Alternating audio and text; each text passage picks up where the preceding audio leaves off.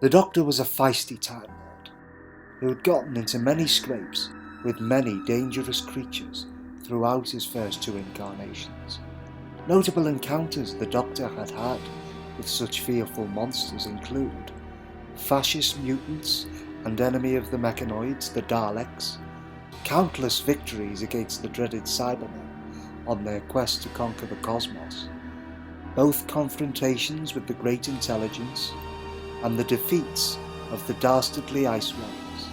However, after all the Doctor had done for the universe, his people, the Time Lords, had finally caught up with him after a tense and tough battle against the War Chief.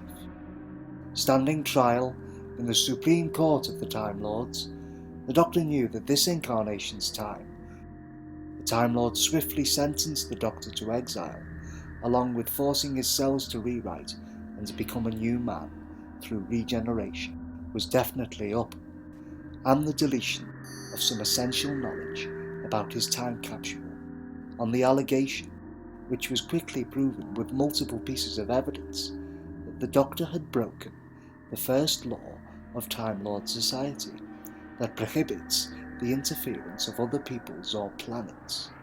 The following moment is where time gets a little different, due to there being separate accounts of the outcome of this trial, thanks to the information leaking from parallel dimensions. Some accounts even say the Doctor didn't change and work for the Time Lords, but that is a tale for another time. Following a short delay in the exile of the rebellious Time Lord the Doctor, the Time Lords missed the target destination of exile by a couple of decades and a whole continent, in which the Doctor integrated himself into human society, as well as stopping menacing Time Lord the Master from destroying the Level 5 planet. The most commonly acknowledged outcome of this trial, as well as being the one that makes the most sense, is that the Doctor was exiled to South England, on Earth, in the 1970s, or was it the 80s, where the Doctor foiled a plot hatched by the Nestine consciousness to replace all of Earth's leaders with duplicates, in order to take full control of the planet to use as their new food source. Now, the aforementioned universes merge into a disastrous scheme by the Doctor's most evil and cunning nemesis.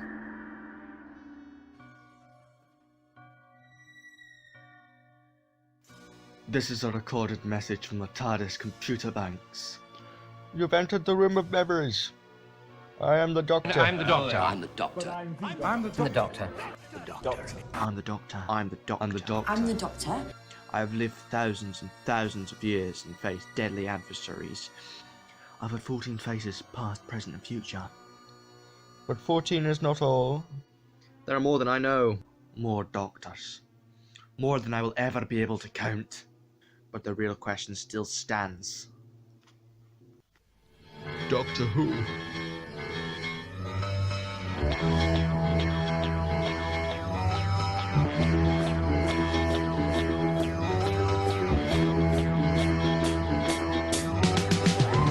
Across the void beyond the mind, the empty space that circles time, I see where others stumble blind to seek a truth they never find.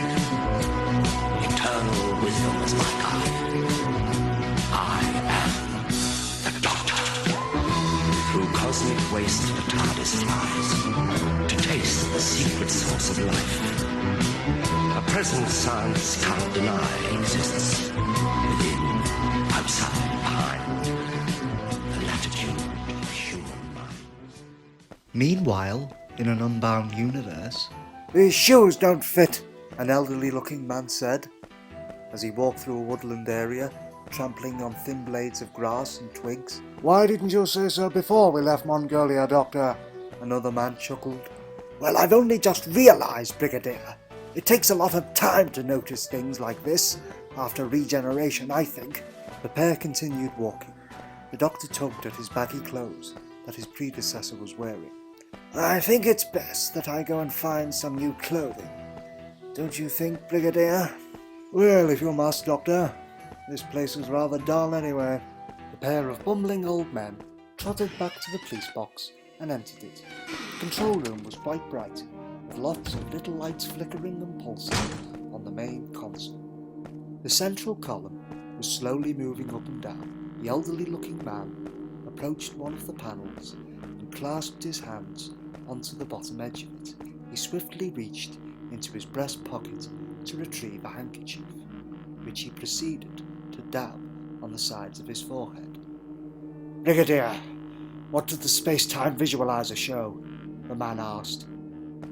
A door in the control room opened, with the other elderly-looking man trotting out of it. The Brigadier was slightly overweight, had a scruffy-looking beard and streaks of white in his hair.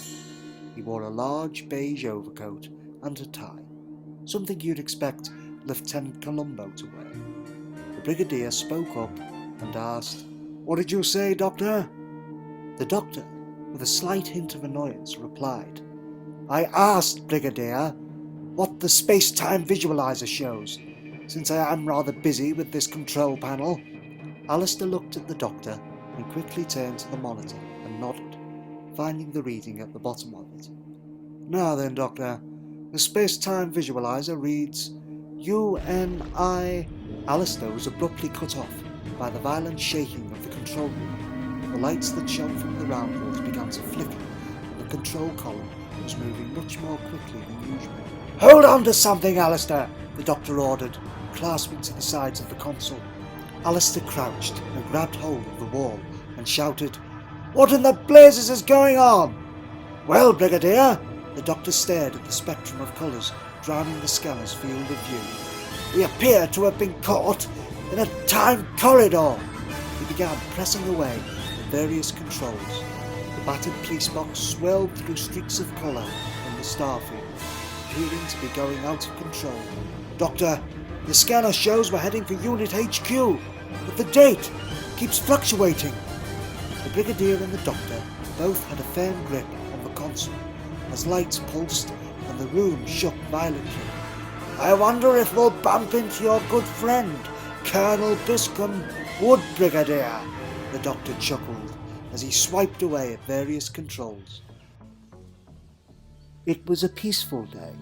The breeze blowed softly through the freshly cut grass. A man who appeared to be middle-aged walked stylishly along the well-maintained gravel path next to the field. He placed his hands on his hips, his hair and frilly shirt blowing in the wind. The man grinned. He was sure he'd have nothing to worry about. Quite suddenly, another man, who had a nicely combed hairstyle and well-kept moustache, stepped outside accordingly and spoke out. "Doctor, I'm going to need you to come back in now. Sergeant Benton needs a hand moving." The Doctor replied, Yes, just a minute, old chap. Let me get a whiff of fresh air." The Doctor closed his eyes, smiled, and inhaled the sweet smell of freshly mown grass.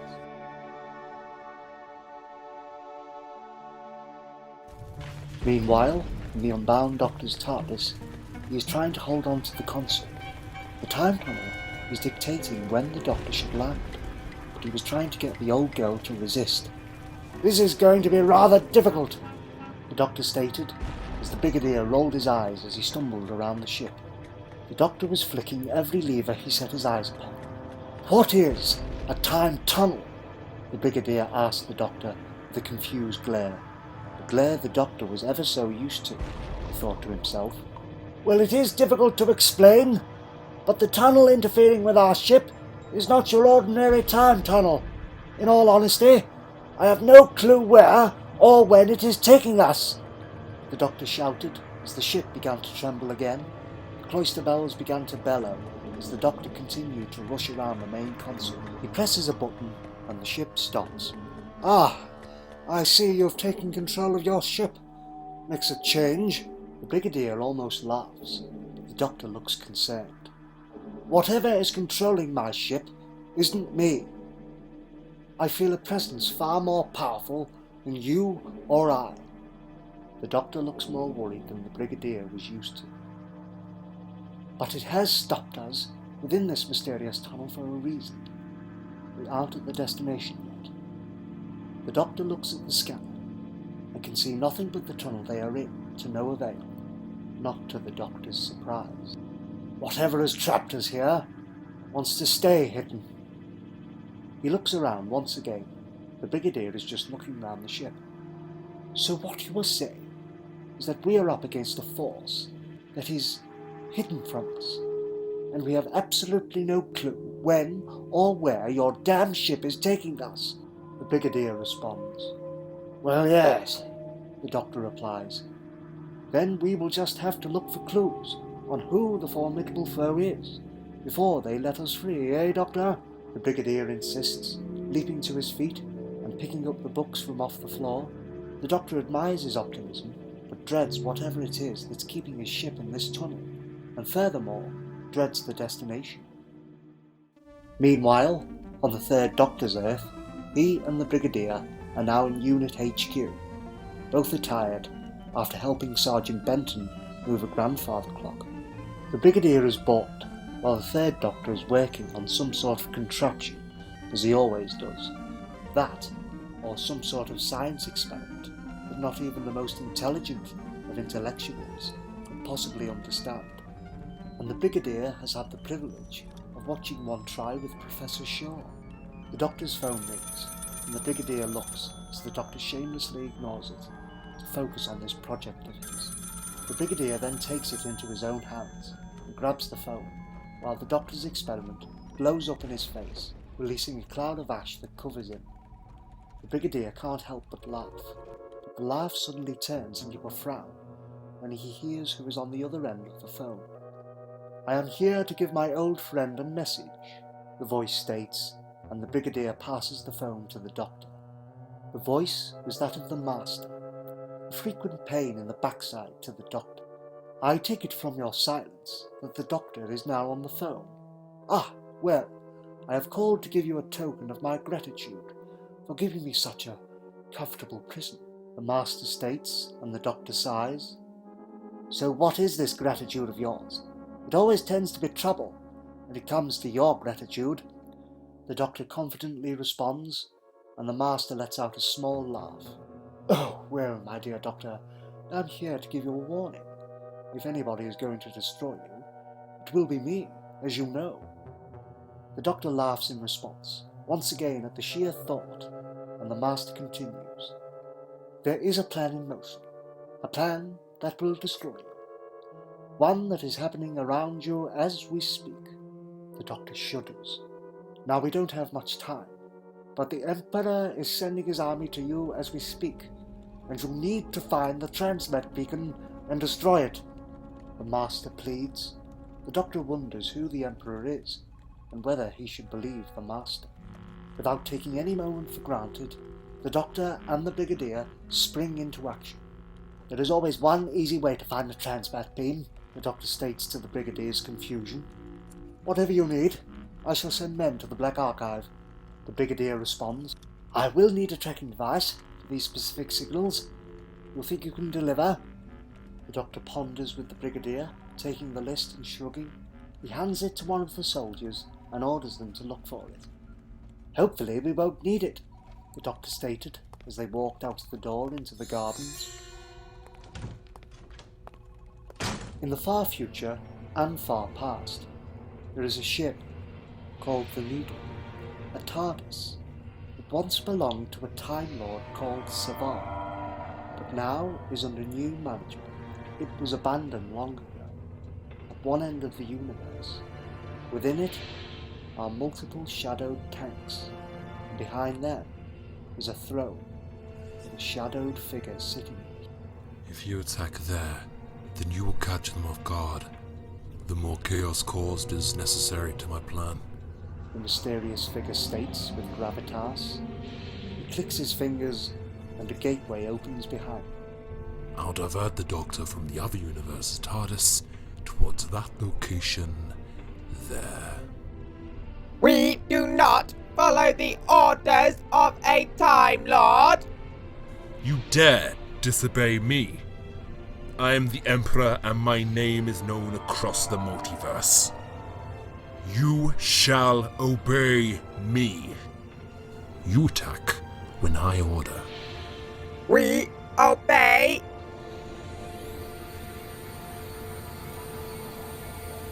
The plan is in motion. Soon the gateway will crumble and I will ascend beyond it. Brigadier, I have a feeling that we are too late, the third doctor states. Quite suddenly, a flash of lightning combined with a strong wind struck in front of the doctor. He fell back, putting a mark in the mud, as well as staining part of his trousers and his smoking jacket. A blue police box materialized in front of the doctor, accompanied by a shriek of loud noises. What in the name of Rassilon is going on? Is that a TARDIS? The doctor squinted. His eyes pulled a stern expression, like that of a man drowned in confusion. Smoke billowed out of the window frames. The framework of the box was battered. An elderly-looking man stepped out, along with his acquaintance. The Brigadier marched quickly outside onto the grass in order to see if the doctor was all right. Doctor? What exactly is... Oh dear God! Doctor? Is that me? The elderly-looking man spoke out.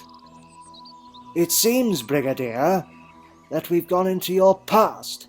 But wait, who is that man in the dandy costume? Since you are most likely referring to me, the doctor stood up, brushing dirt off his smoking jacket. I am the Doctor, a Time Lord. I presume, due to your way of transport, you are also a Time Lord. I request that you identify yourself. The elderly man, clasping onto the lapel of his tailored jacket, responded. I am also the Doctor, a Time Lord. This is my friend, Alistair Gordon, Lethbridge Stewart, former Brigadier of the Unified Intelligence Task Force. The much younger and slimmer Brigadier had his jaw open a little, stunned at seeing what appeared to be a much older version of himself. He spoke out, keeping his eyes fixated on the flabbier and wrinkled Brigadier. Doctor, could you care to tell me what in the blue blazes is going on? The more dandy and wiser man, also fixated his more elderly counterpart, replied with a sombre tone, as though in deep thought. I really do have no idea, Brigadier. There was silence. The doctors and the brigadiers stood directly opposite each other. The more elegantly dressed doctor, the dandy one, spoke out. Are you in my future? What incarnation are you, old chap? The much older doctor, the gentleman-like one, replied. I don't remember being you, and I believe I am on my third, if I recall correctly. The dandy one rubbed his forehead, itching away at the train of thought crossing his mind. I suppose, he said, the only reasonable explanation for all this is that you and the other brigadier are from some sort of unbound dimension, a parallel timeline, if you will, like with what happened with that Inferno project. I assume the timeline split when we were both put on trial. That's if I assume you went through the same trial.